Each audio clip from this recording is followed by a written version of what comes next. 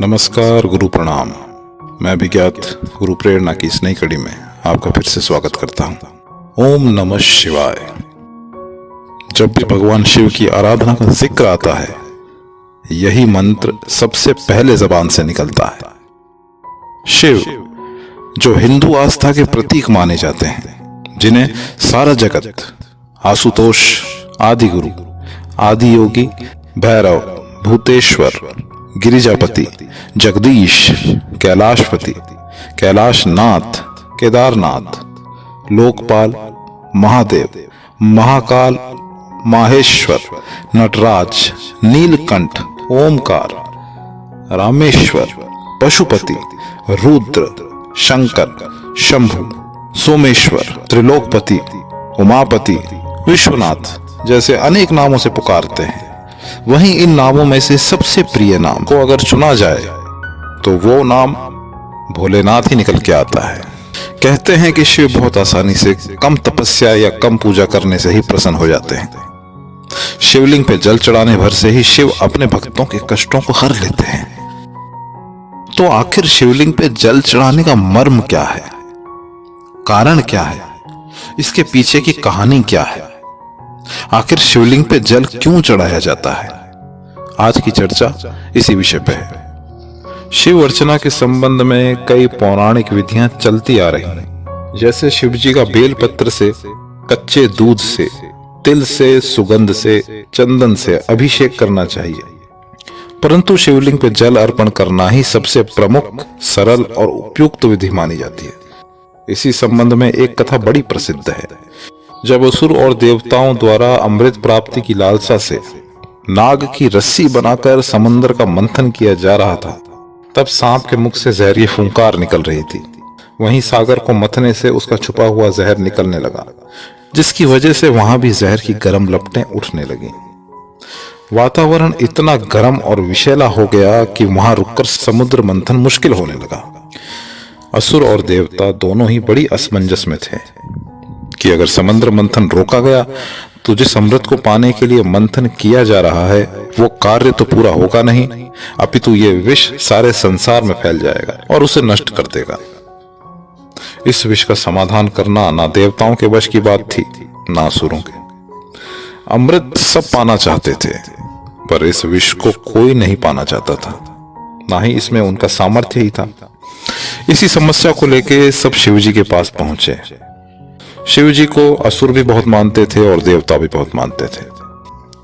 उनकी समस्या जानने के बाद शिवजी उस विष को धारण करने के लिए तैयार हो गए और उन्होंने सभी को मंथन जारी रखने को कहा।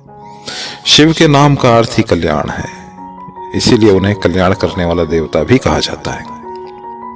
विष इतना ज्यादा खतरनाक था कि उसकी एक बूंद भी धरती पे गिरती तो प्रलय जैसा मंजर हो सकता था। समुद्र मंथन फिर शुरू हुआ। शिवजी वहां आए और जिस विष की लपटों से ही सारा संसार भयभीत हो रहा था, उसे सारा का सारा शिवजी ने पीना शुरू कर दिया। जैसे ही उन्होंने जहर पिया, उस जहर की लपटें शिवजी के शरीर से निकलने लगी। शिवजी का शरीर तपने लगा और वो आंखें बंद करके वहीं बैठ गए।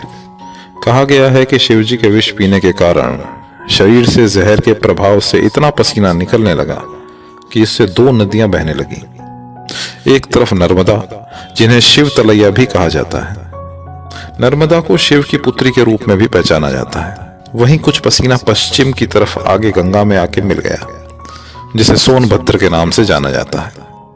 जब शिवजी की व्याकुलता देवताओं ने देखी, तब ब्रह्मा जी ने देवताओं को शिवजी के विष की गर्मी शांत करने के लिए शिवजी को जल से स्नान कराने को कहा, ताकि जल की शीतलता से शिवजी पे विष की गर्मी शांत हो सके। तब सारे देवता अपने अपने सामर्थ्य अनुसार समुद्र से जल लेके आए और उस जल को शिवजी पर चढ़ाया, जिसके प्रभाव से विष की गर्मी शांत हुई। देवताओं ने इतना जल डाला कि भगवान शंकर के पसीने से मिलकर दो नदियां बन गईं। देवताओं के ऐसा करने पर शिवजी प्रसन्न हुए और उन्होंने कहा कि जैसे तुमने मुझ पर जल चढ़ा के मुझे शांत किया है, वैसे ही यदि इस संसार में कोई मुझ पर जल चढ़ाएगा और मुझे शांत करेगा, तो बदले में मैं उसके जीवन का सारा विष पी लूंगा, सारी कठिनाइयों को हर लूंगा। और आज भी मानव इसी पूजन विधि को अपना रहा है। सिर्फ शिवलिंग पे जल अर्पण मात्र से ही शिवजी इतना प्रसन्न हो जाते हैं कि अपने भक्त की सारी मुसीबतें और परेशानियां हर लेते हैं। यही नहीं, यहाँ तक कि अकाल मृत्यु तक से अपने भक्त के प्राणों को बचा लाते हैं। इसीलिए शिव को सबसे जल्दी प्रसन्न होने वाला देवता कहा जाता है और इसके बाद से ही शिवलिंग पे जल अर्पण करने की प्रथा आज तक चलती आ रही है। भगवान शंकर की सर्वश्रेष्ठ आराधना लिंग अर्चना ही है। ये कहानी आपको पुराणों में विस्तार से मिल जाएगी। शिव जी जहाँ एक और तो शीतलता का प्रतीक चंद्रमा अपने मस्तक पे धारण किए हुए हैं, तो एक और विष से परिपूर्ण सर्प को अपने गले में लपेटे हुए हैं। जहाँ स्वभाव में सौम्यता और शीतलता भरी है, वहीं विध्वंस कर देने वाला क्रोध भी व्याप्त है। ऐसे चरित्र की विविधता को धारण कर पाना सिर्फ महादेव के लिए ही संभव है। इसीलिए तो महादेव के बारे में कहा जाता है, नागेंद्र हाराय त्रिलोचनाय भस्मारागाय माहेश्वराय नित्याय श्रद्धाय दिगंबराय तस्मै नकाराय नमः शिवाय। तो ये आज की प्रस्तुति थी। अगर ये आपको अच्छी लगे तो वीडियो को लाइक कर सकते हैं, शेयर कर सकते हैं, चर्चावान लगे तो अपने मित्रों के साथ इसकी चर्चा कर सकते हैं और चैनल को सब्सक्राइब कर सकते हैं। मुझे इतना आदर और प्रेम पूर्वक सुनने के लिए आप सभी का बहुत बहुत धन्यवाद। गुरु प्रणाम।